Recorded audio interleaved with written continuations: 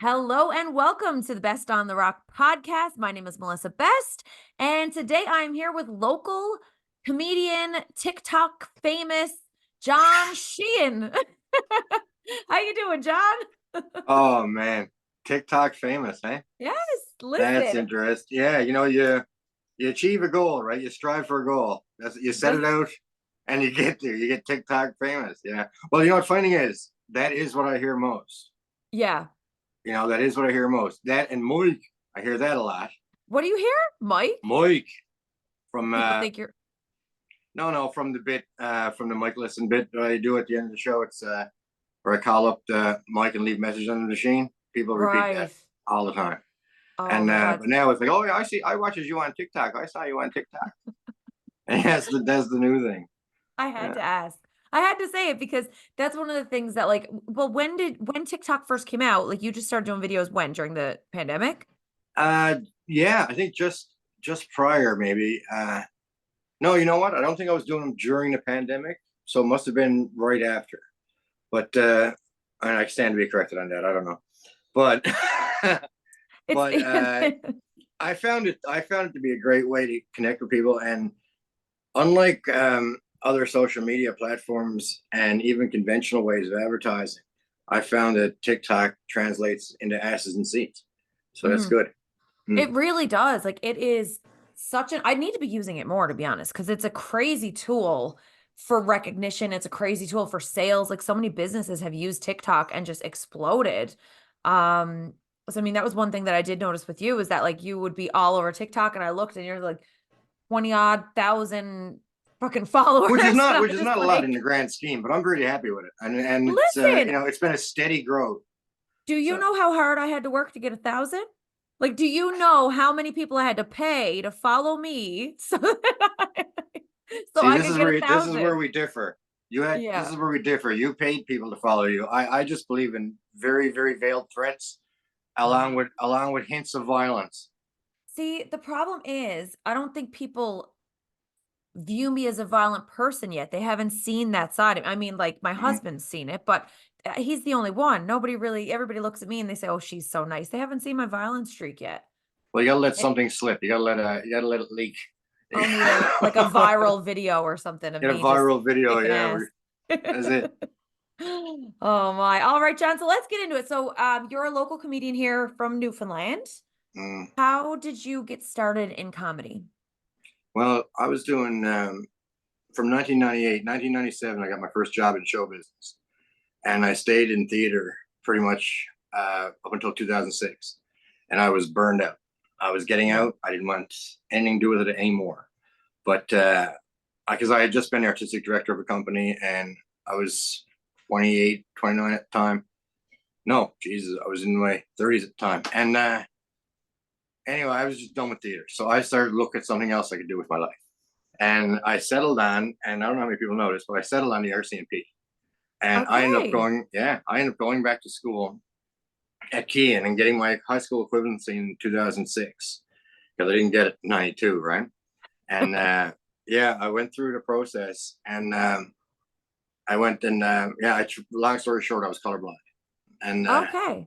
once 10 years ago, once you found out that you're done. So Really? I was a bit devastated, and I was supposed to do 10 minutes of sketch comedy with a friend of mine at a fundraiser. Mhm. And at the last minute, he couldn't make it. And I felt bad because there was like 10 minutes just dead time. And so I thought, well, fuck it. I mean, I had never done stand up to that point, Mhm. but I always admired it. You know what I mean? So I thought, all right, I'll just dive in. And I went out and I ended up doing 10 minutes, and it really did get me right away. Theater, even from 97 to 2006, theater I was passionate about, but nothing like the reaction I was getting and the energy I was getting off the crowd for not even a character, just for myself and my thoughts. And that's Mhm. what really hooked me. That's wild. So this was a last minute thing. Did you write out your act beforehand, like to stand up and tell jokes, or you just stood up and naturally it flowed out? It was literally about, I don't know, 40 minutes beforehand we found out he couldn't make it. So, and at that point, I was just going to leave it. I was just going to let that slot go.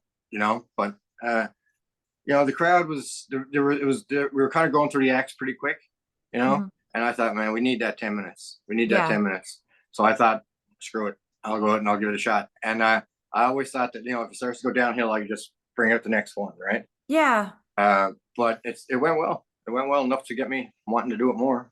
So that boggles me because one thing that I admire about comedy, like comedy is something I would love. I mean, and maybe one day, who knows, but I would love to stand up and try it. Like it's something that I've always loved.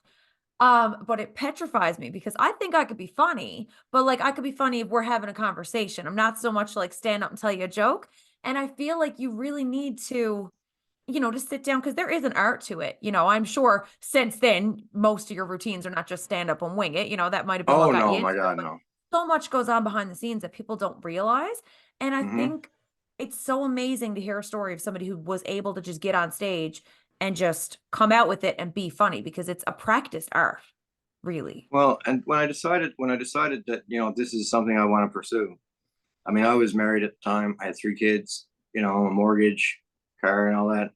So I It knew doesn't that exactly scream pay my bills. it doesn't. No, it Yeah. really doesn't.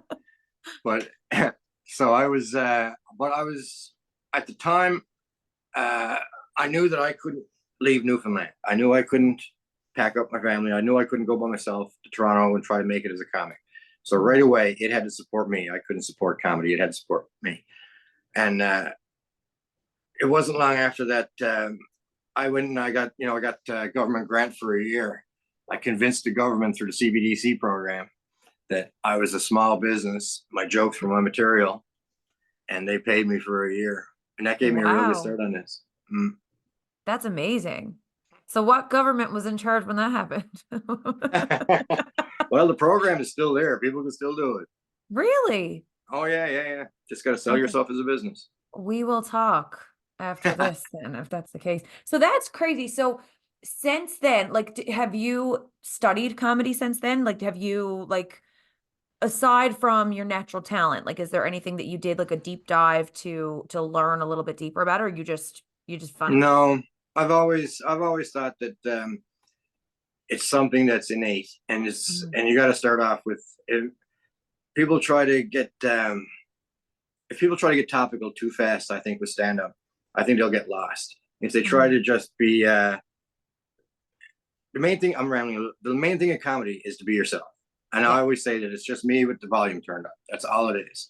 And the true. main mistake I see from younger comics and stuff is that they're trying to reinvent the wheel, and they're trying to be up there, and they're acting like people they've already seen before, and they think they're being edgy, but people don't laugh because they realize it's not you. Hmm. You're not giving me yourself. And stand-up audiences are smart. And if they send, it's why character work doesn't really work with stand-up audiences. Yeah.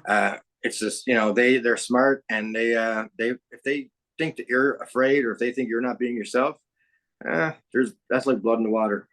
Yeah. You need to be authentic. Hmm. Okay. All right. Well, were there anybody, do you have any icons, like comedy icons that you look up to? Oh sure, yeah. I mean, Tommy Tiernan, Irish comic. He's done a few shows here in town. Yeah. Brilliant. And of course, Norm Macdonald was How can genius, you not? Yeah. just beyond.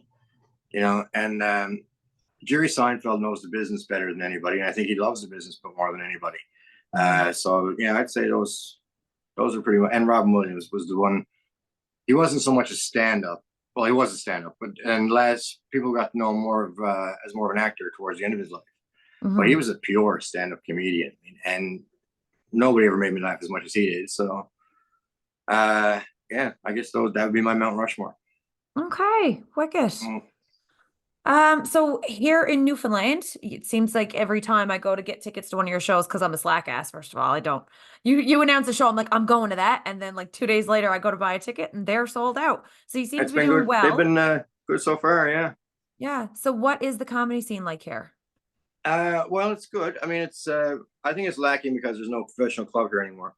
When Yeah. Yuck Yuck closed down, I mean, that kind of set up a system uh, where you could progress. You know what I mean? So now I think people are rushing, and they're maybe not. Maybe they're rushing headlong into it when they should get to know their audiences better, find out who they are as a comedian better.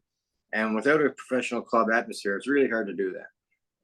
So you think there's an opportunity here for somebody who if they wanted to start a business like that? Yeah, it would be. I mean, the reason I think, and I don't know any of the insides of it, but the reason I think Yuck Yucks failed if I came out road was because just way too much overhead.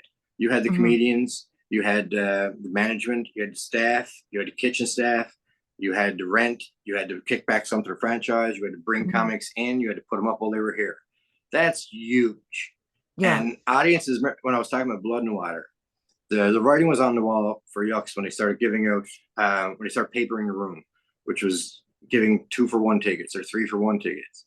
So nobody was buying tickets in advance anymore because they knew by Thursday they probably get Yeah.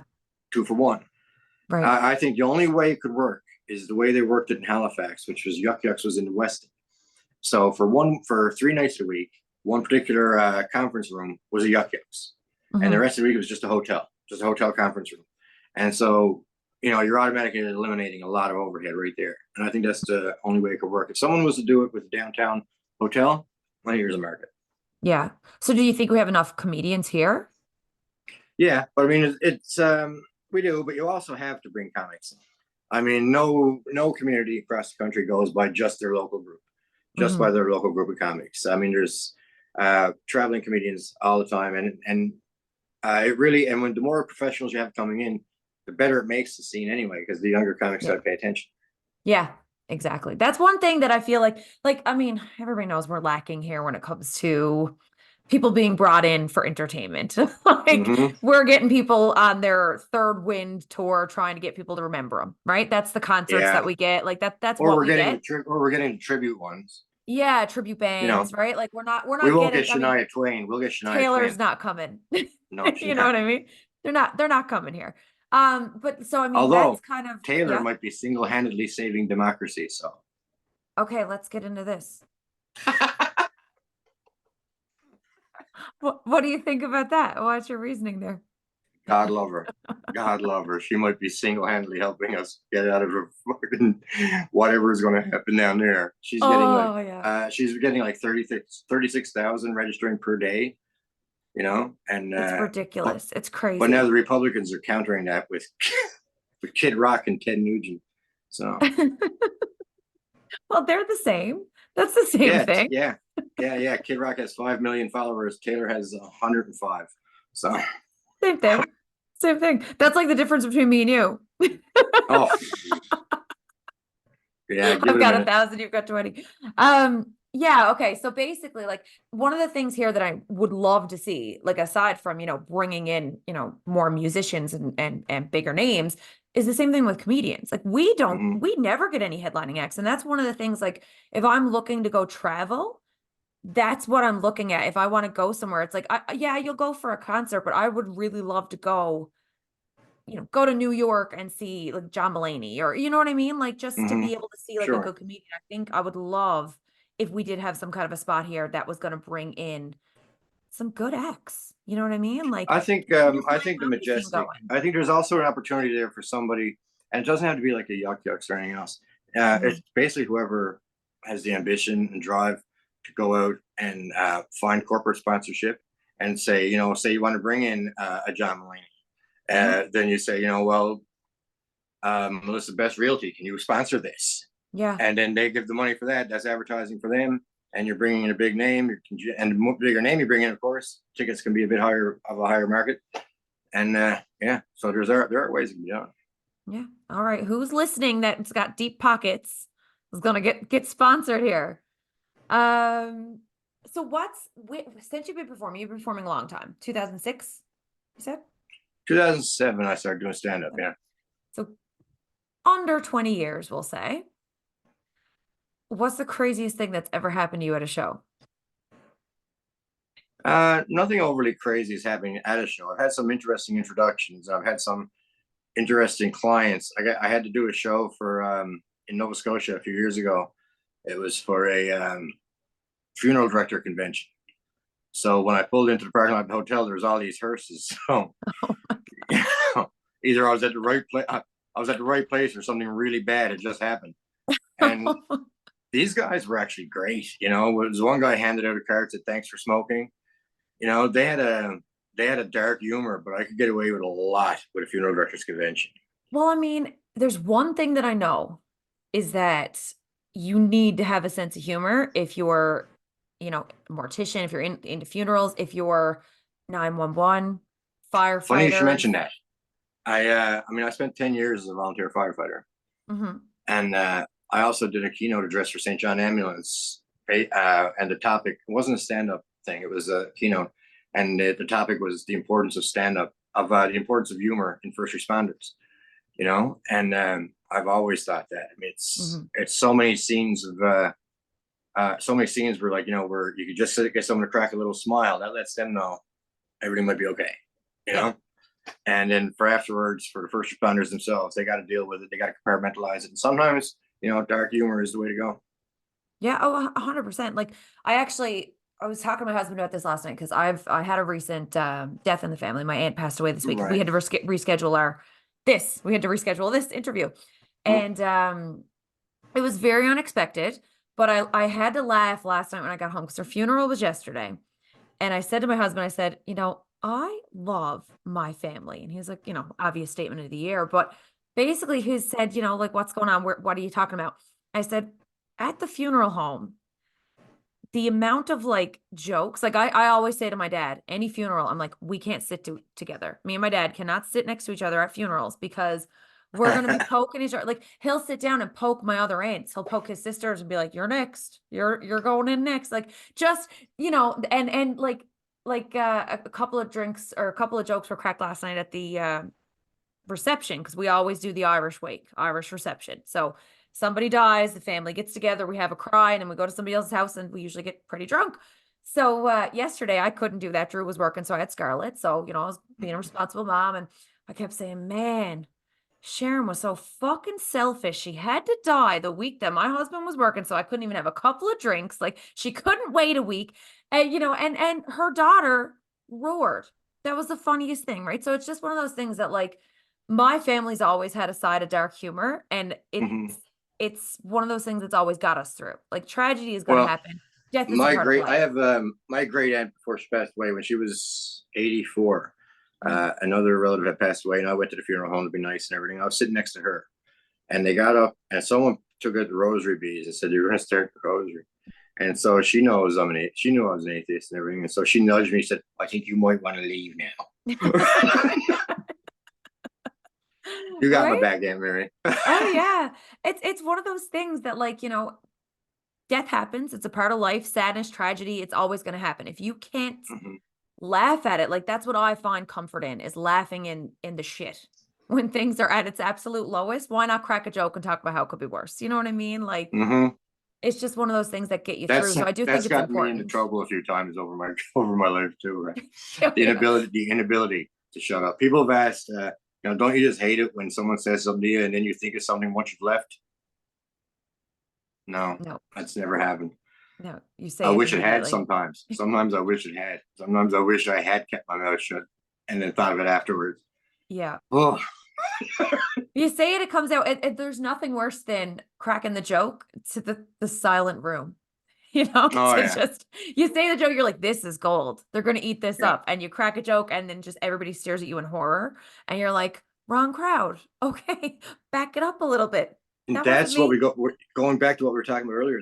I think that's a major mistake a lot of comics who are starting out do. Yeah.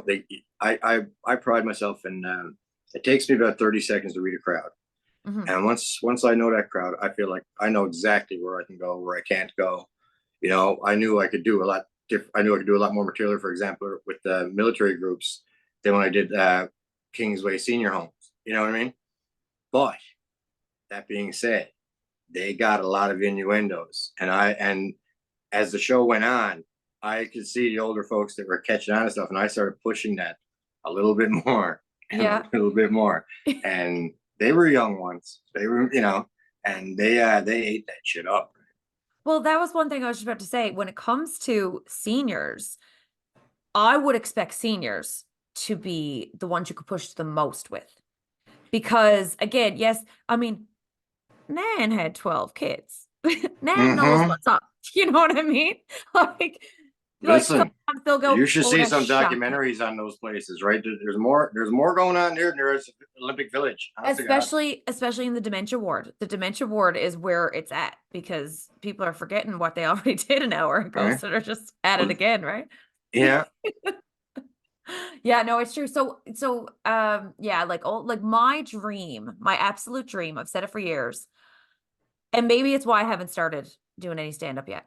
But my dream is to be a really frail elderly woman, and then I want to start stand up. Like I want to be like Betty White and just say the most inappropriate, disgusting, raunchy things, but as this feeble little old lady, because I think there's just something hilarious about that, right? So there this thought, is. There part of me is. was like, maybe I'll dress up someday, but I'm like, no, it's funnier if you're 80 and Pretty you're much. talking about like anal or something. Like, tell me you wouldn't die, right? Absolutely. Right? Absolutely. There's a Yeah. movie I think you'd enjoy called Punchline. Okay. Uh, it's an older one. It's Tom Hanks and Sally Field. Hmm. And she is a she's a mom of one or two, married, and she gets in her head that she wants to do stand up, and she starts going to the clubs in New York. So Okay. a good movie, yeah. It sounds like It's a my fun life. movie. Was this my It's future? and there is a lot of difference between the funny person in the room and the funny person on stage. Big There's a time. lot of people over the years that told me, oh, you should get so and so up there. Well, he knows how to tell a joke. When he's sober, well, no, Mhm. well, you know, Well, exactly. If you need alcohol and you need everybody else to be drunk, you're probably not that funny. you might want to reassess it. Yeah, it's not going to work on stage. And and audiences are different too. I mean, an audience, corporate audiences, you never know. Public Mhm. audiences, when there's a bar, they've paid to see you, they're there to see you. They're on your side right away. You know what I mean? But when comics first started out with this corporate stuff, and these crowds don't care, they don't know Mhm. you from Moses. They're looking to go on, especially if there's conferences from out of town. They're looking to get to George Street. You know Yeah. what I mean? Yeah. That's all. You know. You're standing in Uh, the way.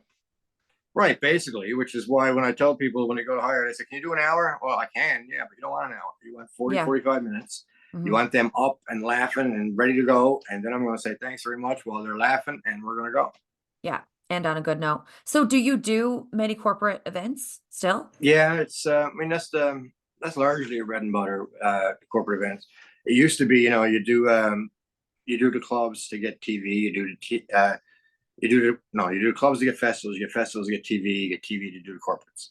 Right. Yeah, and so and now that's not always the case. Right now, I haven't gone out for a lot of TV or film in the last since I found stand up. Really, I haven't. I've done a couple little things, but I Mhm. haven't gone out for any. Is that something that you would pursue in the future? Yeah, I'm starting to now a little bit. Uh, I would like to get back, and unfortunately, scheduling never lets me.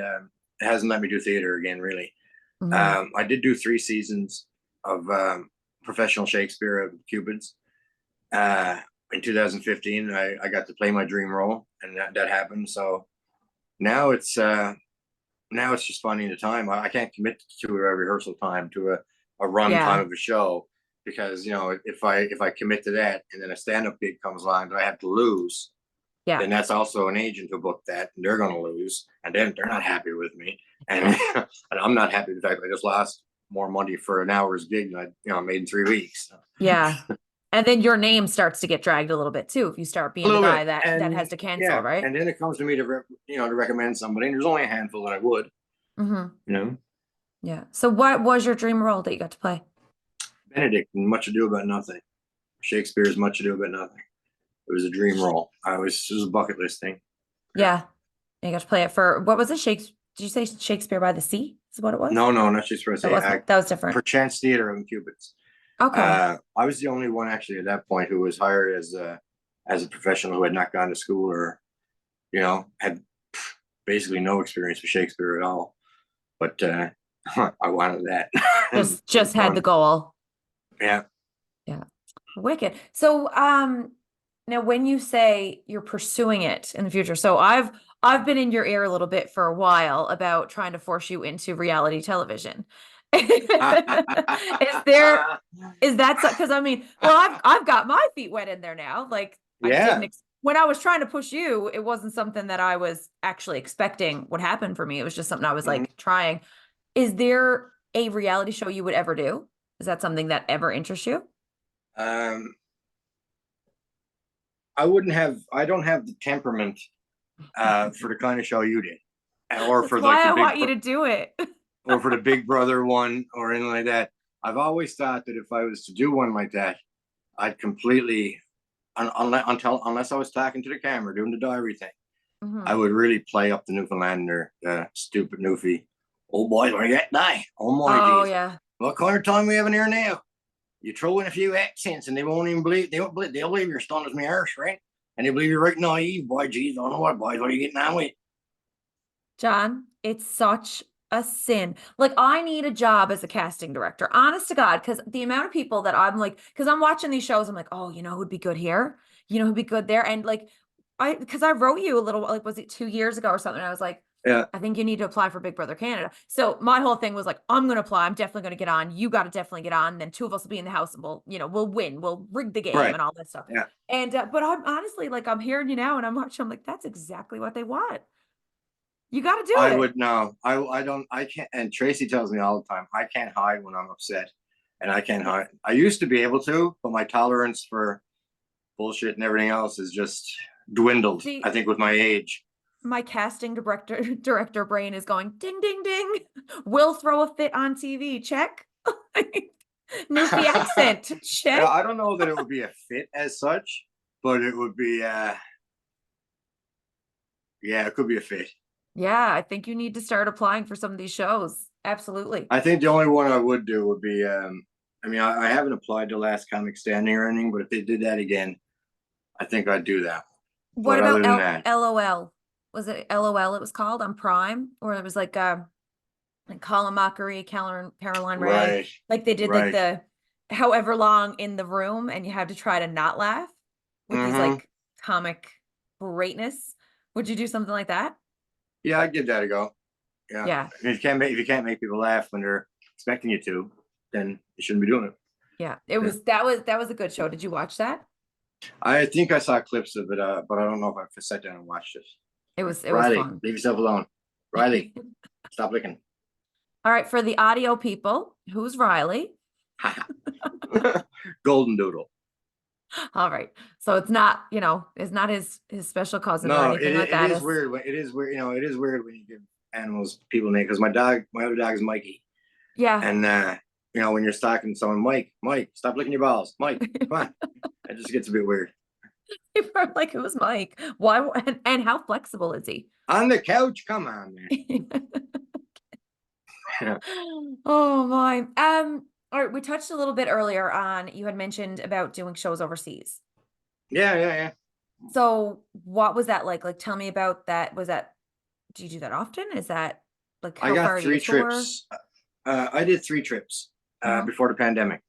Uh, I was the only comic.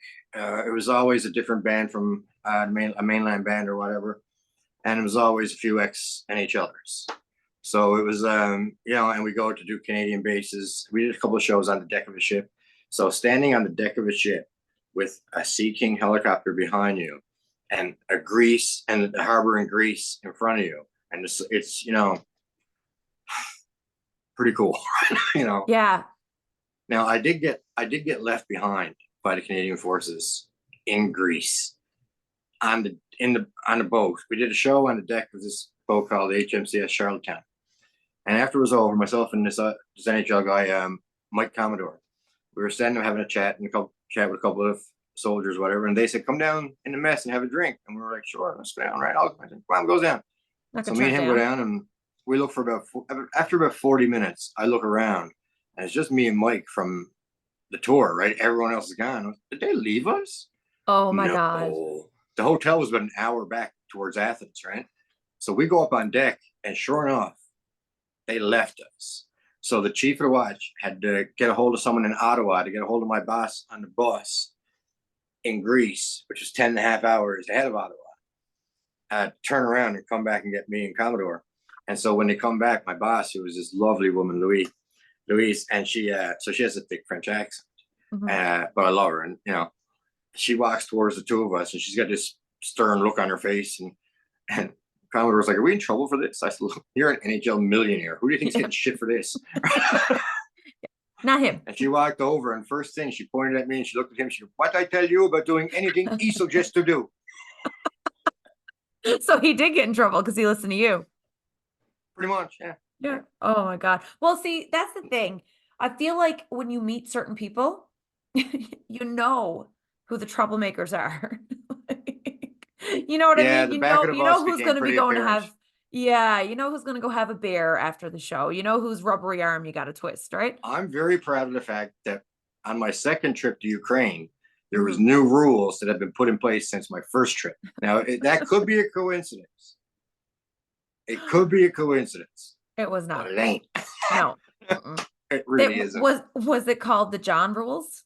The don't be Not like John officially, I rules? don't. Not officially, I don't think. But when the guy got up and gave the list of rules that we're supposed to do, one of the Yeah. tech guys who had been on every tour, he he elbowed one of the noob folks and said everything he just told you not to do was because of his last trip. If these walls could talk, right? Yeah. All right. So is that something that, like, I mean, pandemic obviously shut the world down. Is that something that you Mm. might think about doing again? Oh yeah, there's been some talk about doing it again. Yeah, and uh, I suspect probably in the fall, we'll probably be doing something again. I'm trying to find. I'm trying now to. I'm looking at festivals around the province for the summer, and I'm Mhm. trying to hook up some public shows. And I got a couple of ideas that I'm working on the side as well for a couple of possible projects. Okay. Right. That's as specific as you're going to be Yeah, for the time being. for the time being. Yeah. So I don't know if you listened to today's episode that's dropping today. So whoever's listening right now would have been, a week prior, of the podcast that I did with Mary Wisden. Wisden. She's gonna kill me. I even asked her name. Remember when I first met you and I was like, John Sheehan?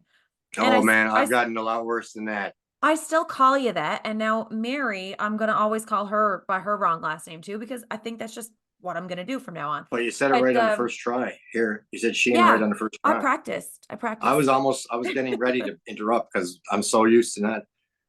I actually got a picture of they left my name at the hotel last week, and it was Sheenan, Sheenhan. I said, "This is how famous I am." Yeah. Yeah, right? It's perfect though. No, I did practice beforehand because last time I didn't even know until I asked you your Mhm. name, and I think you, Tracy, and Crystal all busted, and I was like, so I got that wrong. And I did the same thing and Mary's my friend. We did the show together. We did the traders together. And but anyway, she's a comedian, and I did mention on my show to her that I was going to be talking to you today, and I had said, got to hook you guys up. Like if you're in her area, she'll set you up with like the locals and get like maybe she can open for you kind of thing. So You know I've what? already One of got you one of the work. good things is, but one of the good things about being in it for 15 years now. I went Mhm. up to Ottawa last year just to help Tracy's brother Jason move, so we drove up. And when I got up there, I was only up there for a weekend. I just gotten up there. I didn't make any plans beforehand, but I called Yuck Yucks manager, Yuck Yucks in Ottawa. I know him. And before I left on Tuesday, I had 5 shows. I guess I headlined a spot because one of their pros had gotten sick, so I took the Mhm. headline spot at one of the clubs. I did a guest spot, another one, and I headlined one of the touring shows that they had on the go up there. So, when you get in areas, having people like that, like you're talking about, is Yep. just so helpful. It really is though, right? I mean, we all want to think that the world is fair and easy and everybody has equal opportunity, but it's who you know. Like, Yeah, and everybody who a complains about lot of people it who got is. jobs because of someone they know. It's just because Yeah. you didn't know them. 100%. Mm. 100%. Those people are also complaining when it happens to them that they don't know the person. You know what I mean? Like it's literally I've just I've doesn't found happen in to the you. past few years since the pandemic, the pattern of people who complain a lot Mhm. can be traced back centuries, and they're always the same groups. Yeah. Yeah. The thing is too, what I find about complaining, like I really, really do believe that you get back what you put out. Like you get back what you focus on. So I mean, like somebody said to me yesterday, they're like, "Whoa, you've had a really hard go like these last couple of weeks." Because like my brother-in-law right before Christmas had a really bad accident. Like he almost Right. died. He was on life support. Like it was extremely bad. He's doing great now, by the way. He's That's fantastic. the updates are like he's miles ahead of where he should be in recovery. He Oh, shouldn't be good. here. He shouldn't be here. Like for what happened to him. He almost, he almost died. So Really? it was a really, really bad accident. But like the miracles that have happened to him since are just unreal. So he's doing a lot better. But like there was that, and then my aunt passed away. And so somebody said yesterday, they're like, geez, you've had a really rough go. And I had to stop and I thought about it and I went, probably, like, yeah, by like most people's standards, rough Mm, go, right? But then I'm also looking at it, I'm like, I didn't think about it as a rough go because I'm just focusing on all the good things that have happened. I'm looking at like Jason and his recovery and how amazing that's been, hmm and how we were still able to get through Christmas as a family, and how, you know what I mean? Like how I when think the shit reasoning for that is happened. because I think the reasoning for that is because, you're there day by day. You know what I mean? So you're looking for the good in every Yeah, situation, and yeah. and as they progress day by day. So Hmm. for you now, this is something. Okay, I'm dealing with it. I'm dealing with it. I'm dealing with it. So when it's dealt with, you might look back and go, "That was a That lot." was a lot. Yeah. And that's why people who don't know the day to day what you're going through will go, "That was a Mhm. lot." But I also think that there's something to be said for like, I could easily look at it while I'm in it and be like, oh my God, how many more things? Yeah. Because there were extra. Like I'm looking back, I'm like, oh yeah, well after that happened, then this happened with the car, and then this happened. But like I wasn't, it didn't even fathom, like it didn't bother me because I was thinking so much about all the blessings. Like you get more of what you focus on. And now if I look back in that stretch of time, yeah, there were these bad things, but there was so Mhm. much more good that happened. And I really think that's because that's what I was focusing on, What you Right. focus on is what you see, and then more of that comes into the picture, right? There's Yeah. always going to be Well, shit. it's confirmation bias, but it's in a good way. You know what I mean? Exactly. Yeah, because you're You're focusing looking on the for something positive. that you can grab hold to and say, no, this is Mhm. positive. This is now. I have Yep. a hard time doing that a lot of times. Tracy gives me shit for it. I don't. Yeah. A lot of times I have to be pushed in that direction to see the Hmm. good in what's going on. And she's she's had to put up with some moods, bro. Where the ADD, the depression, everything just kicks in, and she I has to was put up just gonna with stuff. say a lot of Yeah. that too is ADD, like the snap factor. Like one of the things I've been working on is for that reason. Like I'm not officially diagnosed. I'm going through the process now. I've convinced my husband has it, but Mhm. he's not there yet. But that's part of it is the overstimulation and then the snap, and then something goes wrong and then the snap, and then you don't realize you're snapping until after the snap. Mhm. Right? And like the And the the yeah, go-to for the negative, like there's a lot of that that comes with like ADHD traits. Is that right? there is, yeah. I mean, it's been, and I was diagnosed in my 30s, Hmm. but it's only now, and it's only now really because of TikTok, and I'm following a lot of other people that I'm seeing, and the videos they're doing are exactly what I've been Hmm. going through, like exactly. And now people will look at an ADD test, ADHD test, and they'll go, "Well, that's me," because Hmm. everybody does the things that are on the list. Everybody does. But Hmm. what you have to do is be honest with yourself and think, how often has that impacted my life? Has that been a Hmm. problem for other people? Because at that point, it's not just something that everybody does. Hmm. Everybody's forgetful. Yeah. But when it gets to the point where it's impacting your psyche, your self esteem, people around you, then it's more of an honesty question. Yeah. Then you really have to look inward. And it's Hmm. and it's it's one of those things too that like there's still such a stigma around it. And it's Yeah. and people figure like especially like I know with women, with like young girls, we're chatterboxes. More so than, disrupting class and hyperactive and everything else. Like our Hmm. hyperactivity comes out in our voice and, maybe tapping our foot or like playing with your hair or whatever. So like women don't get as diagnosed as often, or back in the No, I day, don't. never, Yeah. right? So it's also one of these things too. And I mean, like even it doesn't have to be women. I'm just thinking like if you're not diagnosed as a child, it's really hard to become an adult. Like you said, you were diagnosed in your 30s. Hmm. People now in their 30s, it's hard to become an adult and think there's no way I have that because they would have picked up on it when I was younger, not Well, see, realizing and how that's the good they thing were with at my coping. age. They didn't think about it when I was in school. I mean, it Mhm, wasn't thought of. ADHD wasn't mentioned. There was no thought of it mhm. at all. I was just a shit disturber. Yeah. That's the way Yeah. that's the way it was viewed, right? Class clown, that Mhm, type of thing. And I mean, like I said, I didn't even finish high school in '92. I didn't get it till 2006. mhm. And looking back now, glaringly obvious. And I've run into a few teachers over the years since my diagnosis that I had back then. And they're like, oh yeah, well, if we had known at the time what that was, you would have been diagnosed Yeah. immediately. Yeah. You know, the reason I wasn't diagnosed for so long was because of what I do. Hmm. If I had been in a 9 to 5 job, I would have been diagnosed a long time ago because I would have went insane. You know what I mean? Hmm. Because I'm in different places, different towns, different hotels, different places all the time. It was only when I got really grounded and had to be stuck in one place that it really started to bust through, right? Yeah. And there's a lot of people with ADHD do tend to go toward those jobs that have more flexibility and have more creativity. And like, I know I was Hmm. talking to a doctor who had said to me, because I was talking about, struggles that I was having, and he said, a lot of my patients are realtors who have it. It was surprising to me, but then I thought about it and I went, oh no, that does make sense. And it's because we're, hyper focused in one area, but there's also enough going on that we've got extra distractions. And it's okay if we see a Yeah. squirrel and you know what I mean, go over here and we can float back to that other thing, like the Well, I timelines are think with realtors, it's kind of the same thing. You're constantly having to present yourself to new people. You're hmm constantly having to put out maybe not the whole version of you, maybe like 90% version of you or whatever. But there's always going to be like for your in your situation, a bit of a sales pitch to it. You know what I mean? hmm In Yeah. your back of your mind, you're still going to be that salesman. Yep. And for me, I'm always looking for that laugh. If I'm Yep. talking to people, now when the topic is serious or whatever, I can get serious and I got a dramatic side like anybody else.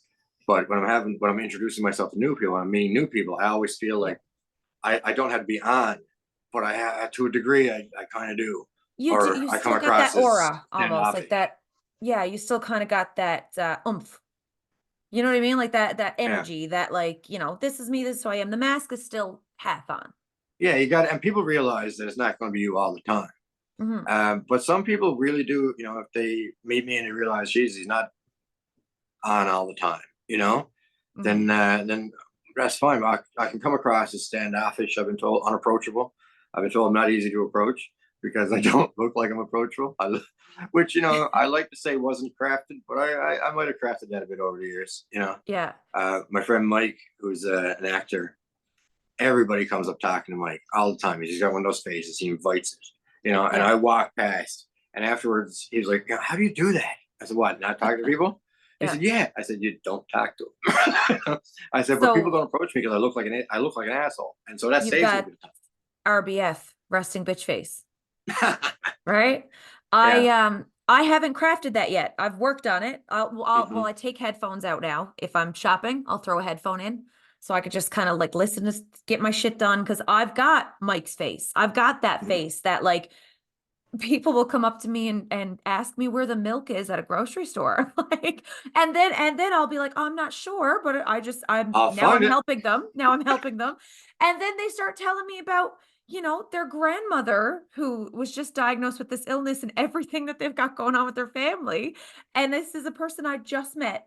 And they just like, I don't know what it is. And my husband, same thing. Like when he goes out with me, he's like, I don't know if I can go into, Walmart with you today because I don't have time for you to meet a new stranger and hear about their life story. I'm in a rush. Why don't you stay in the car and let me go in? Because strangers just come up and start talking to me as if we've known each other for 25 years. And this was pre-traders. Like this was before I was Hmm. on 3 episodes of a Canadian reality show and got Hmm. super famous from that. This, you know what I mean? Like it's just, I've got Mike's face. So Mike with all the people that come up to him. And it's hard to not make eye contact with strangers. I don't know why. I'm one of these Hmm. people who like I'll invite you in with my eyes in a I'll make eye non-sexual way contact, but a lot so of times far. that's what turned them off. Like I don't like the looks of him. You've got the murdery eyes. Yeah, there you go. Yeah, Right? instead of Yeah. lion eyes, you got murder eyes. Yeah.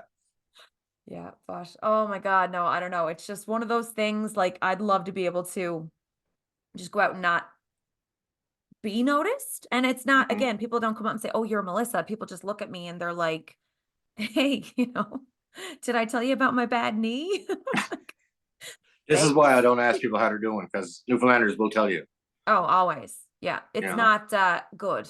It's oh well, I've asked people Barbara, how they're doing yeah. before, and they told me someone died. That's it. I'm not asking anymore. No, not doing Mm-mm. it. I don't don't, Well, because now I then you have, gotta, not only now do I, you're going to tell me this, now I have to care.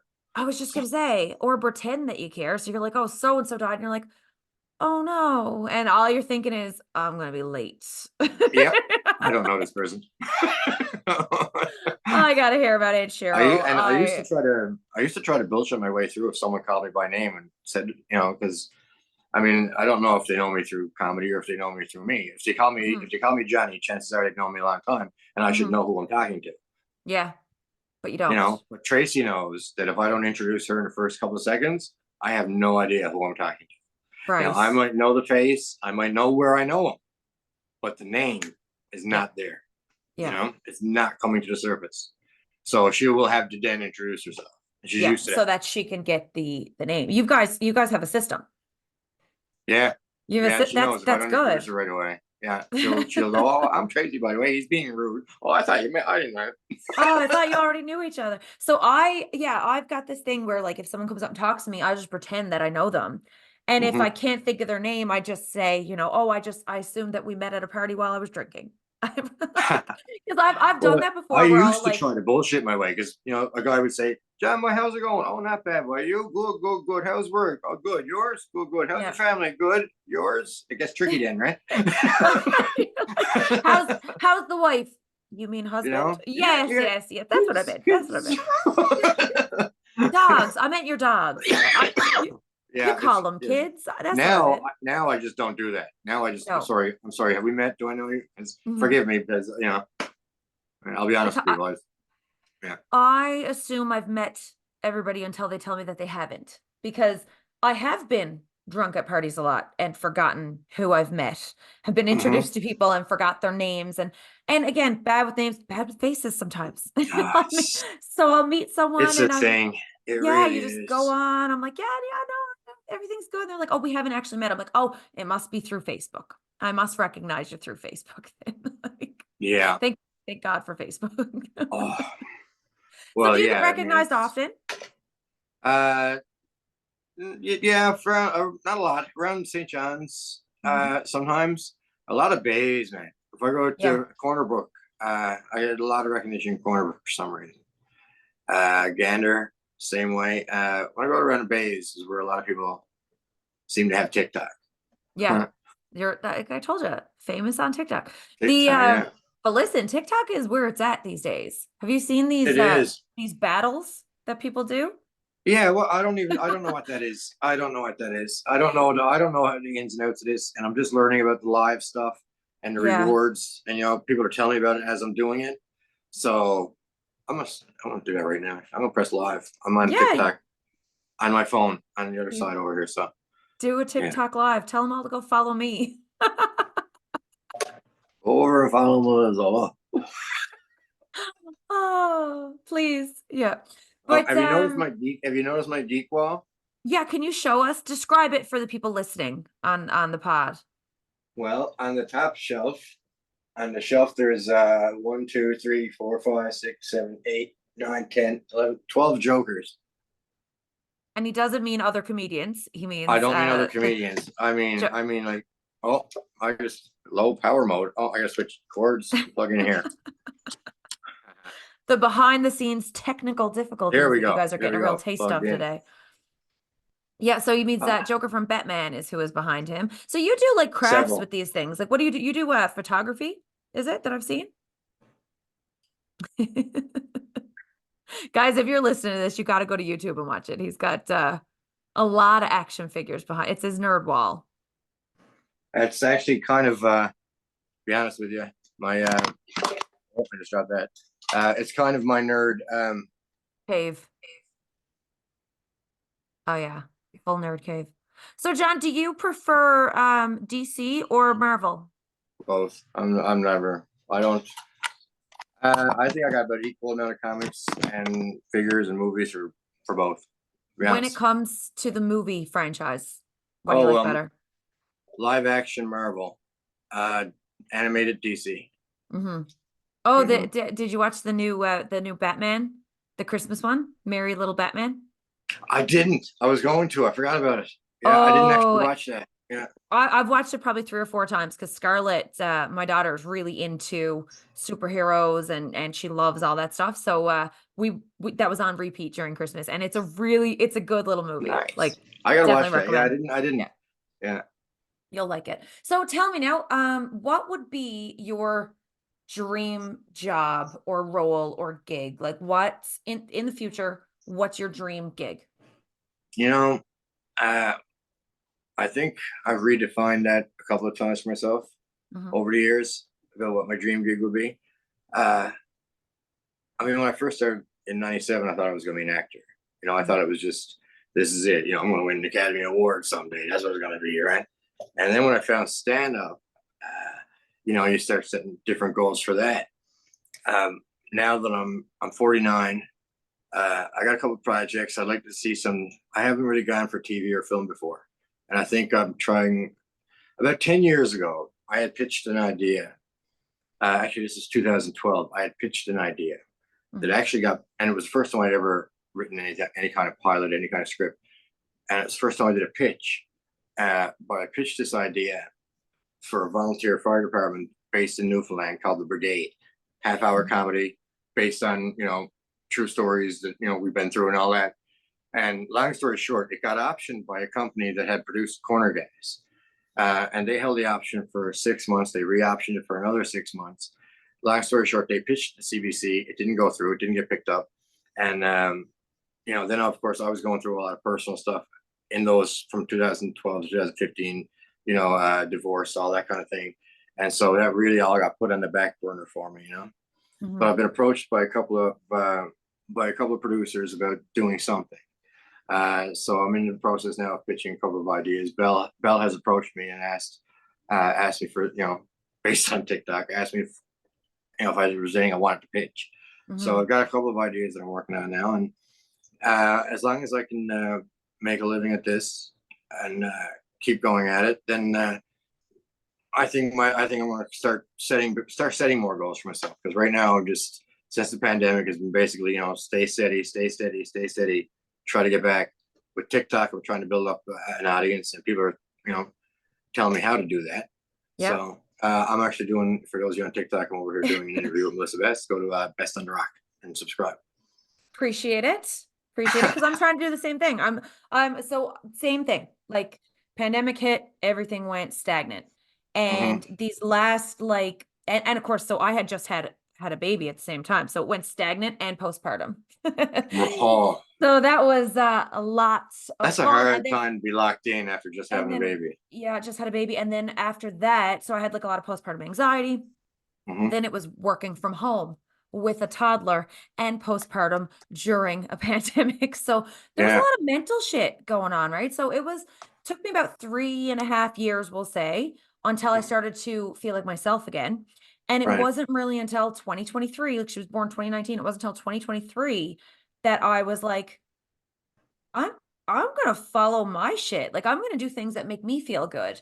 And I started Hmm. putting myself first, and that's all of a sudden like I'm doing better in real estate. I'm getting calls for reality TV shows. I'm, Hmm. chasing down the podcast again and starting this. And you know what I mean? It's one of those things that it's like I just kind of needed like I think we all got kind of fucked over with the pandemic, but it Yeah. seems like the fog is starting to clear for a lot of people that I've been talking to now, and people are kind of leveling up.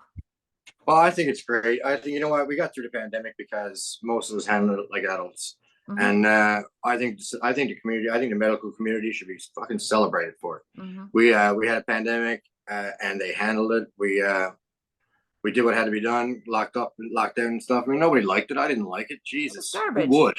It was Who a would? garbage fire. Who would? But at the same time, it had to be done, Yeah. and it's done now. It's Yeah. all we got it dealt with, We and made it through. made it through. Yeah. And I think vast majority of people understand that. And, uh, I never bought into any of the conspiracies or anything like that. Of doesn't bother, not phases on me anymore. What it is. Yeah. We won't even get into that. We don't need that wormhole coming up. But yeah, it's nice to see growth. It's nice to see ambition. It's nice to see like people ready to go further, right? So Yeah, I um mean, it is. Yeah. I will. So the last time we spoke, I want to wrap up shortly. The last time we spoke, we did a podcast. Me and myself and my friend Crystal were doing it, Yeah, and that's right. we all ended up arguing over the proper way to wipe our butts. It was a great episode. I'll have to get a clip for you and send it to you because you look a little confused, like you don't remember it. But I said it Yeah, wouldn't be a it started a proper. streak, did it? Yeah, yeah, it started quite the streak. Hashtag dad joke. He's funnier than that in person, guys. Go see his No, shows. I'm not. No, I'm not. I tell dad jokes more than I tell I tell dad jokes. I send my daughter at least 2 or 3 dad jokes a day, and she just replies, no, no. See, dad jokes are the best though. Puns are where it's at. It Puns are where is, it's at. yeah, Yeah. yeah. I can go. I know. But I figure it wouldn't be a podcast between the two of us if I didn't have something strange and inappropriate. Fair. So I thought we could end this episode off on a fuck, marry, kill horror movie edition. Okay. Okay, so I've just got just one round. Fuck, marry, kill, Hannibal Lecter, Pennywise, and Freddy Krueger. Holy fuck. Well, Freddy can make your fantasies come true. So I'm gonna go with Freddy for fuck. Okay. Yeah. Just a good luck with the Freddy one can time take though. in your dream. Freddy can take any form you want.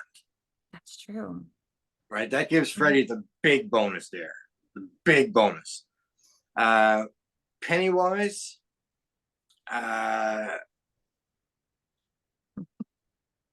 Kill. I'd kill Pennywise. Yeah. No, I wouldn't kill Pennywise. Nope, I'd marry Pennywise because all you gotta do is not be afraid of Pennywise, and he's kind of powerless. All you gotta do is, But if I'm married to him, I'm probably gonna be afraid of him. No, but okay. So no, I go Pennywise. I'd marry Pennywise, and I'd kill Lecter, because if you got the opportunity to kill him because he's gonna kill you. He's gonna outsmart you. I'm not gonna outsmart fucking Hannibal Lecter. So if I got an opportunity to kill him, he's gone. Okay. That was first what I was thinking. I was like, not all of them, but I was like, probably kill Hannibal. But the more I think about it, he's not afraid to eat, if you know what I'm saying. He's not. No. He'll eat people. So that's not the worst thing. And so, and I was also thinking, that's a bonus for you. How is that a well, bonus? I'm trying to give proper innuendo. Cannibalism is a bonus. I'm winking because he's not afraid to eat, and then I'm giving you a little wink, right? You get it. Yeah, that's a double entendre. That's a double entendre. So did I say that joke? This girl walks into a bar and asks the bartender for a double entendre, and he gives it to her. But listen, he's not, so I'm fine with Hannibal Lecter if he's eating other people, like actually like for food, it's not great, but he's also really rich. He's well dressed. That's the thing. I'd probably marry Hannibal. I'll be well off as long as, he doesn't try to kill me. I think we can make it work. You know what? Let me think. I'd probably, if you married Hannibal, all you got to do is drop a dime to the feds and he's in prison anyway. And you're reaping the rewards. Exactly. With that. All right. Well thought. And then Pennywise, I was thinking kill Freddy Krueger. Because even if you did fuck Freddy, that's not going to be a one night stand. No, he's just going to keep coming back looking for more. And you're like, that's not what you're into it for. You just want the one and done, get rid of him. He's going to be haunting your dreams, stalking Plus, you. that glove would have to make you nervous, right? He's going to be a stage 5 clinger. So I think kill Freddy Krueger. And then Pennywise, like you say, if you're not afraid of him, I mean, he's a clown, but he's like this. He's also like an alien, right? So he can also take different forms. He's some kind of alien thing. Is he alien? I didn't think he was alien. I thought it was like a demonic thing. Yeah, and the original one, I remember he turned into whatever, like this big spider thing, which I don't love, but maybe he can take the form of other things. So I think, you could probably have a good time with that. So that's my list. Fair enough. All right, it's a good way to end our podcast, I think. I think it's true John and Melissa fashion. Right. All right, John, before we go, where can people find you? Let's give us a plug. I should have started with that. Well, I'm down to the Newfoundland Embassy on the 28th of January with Liam Small, Jen Somerton, and Sean Bird. So that's going to be a fun show. I've been looking forward to doing a show down there because it's a smaller venue and intimacy sells stand-up, When I do some corporate shows and it's a big, big hall or a big whatever, It's fun, but you lose a little bit of that intimacy that, when the crowd is right on top of you. Hmm. And I'm not a comic who talks to the crowd. I don't, unless they talk to me, I don't do that. Uh, but when they're right on top of you, it's just such a great feeling. And which is why I have a hard time, like I'm doing the live TikTok now, and I have a hard time doing live stuff like this Yeah. because I need that energy from that audience right away. Yeah. It makes all the difference. It It really does, does. yeah. Yeah. So you're going to be at the Newfoundland Embassy. And what about online? So you're on TikTok right now. What's your TikTok handle? John Sheehan 07. Right. And so Pretty easy. here's the other thing. So you're TikTok, but where are you on Instagram? You're not on Instagram, are you? Or you don't use I it? think I am. I think I am because when I post on Facebook, it says also posted to Instagram, so I must be. It's All under right. Sheen Comedy, I think. Tracy, where's she to? Tell She's her, upstairs. you tell Tracy to get on that and get that Instagram I'm almost going again. positive I have Instagram. Hold on. I know, I Oh, think I tagged you at here some it point. is. Here it is. Yeah, it's Sheehan Comedy. That's all. All right. So I Sheehan got it. Comedy. Yeah. What the fuck? Sheen Oh, Comedy. You found it? yeah. Oh, Just you Sheen lost it. Comedy. That's all. Just Sheen Comedy. Yeah. Okay. All right, folks, you heard it here. You can follow John at, what was your TikTok again? I'm good It's at just this, I John swear. Sheehan 07. John Sheehan07 on TikTok Mhm. or Sheen Comedy on Instagram. And for myself, you can follow me on Instagram at Best on the Rock or TikTok at Best on the Rock. Sorry, Best on the Rock. The Rock was taken. It's DAROCK. So Best on the Rock. And Nice. Yeah. yeah, you can follow us there. We do some fun shit. Go to YouTube, subscribe to this, Mm-hmm. and you can find out when new episodes are coming. So, all right, John, thank you so much for being here. I absolutely adore talking to you and catching Right up. on. And yeah, we'll talk soon. Thanks, All guys. right, all right. Bye. See ya. Bye.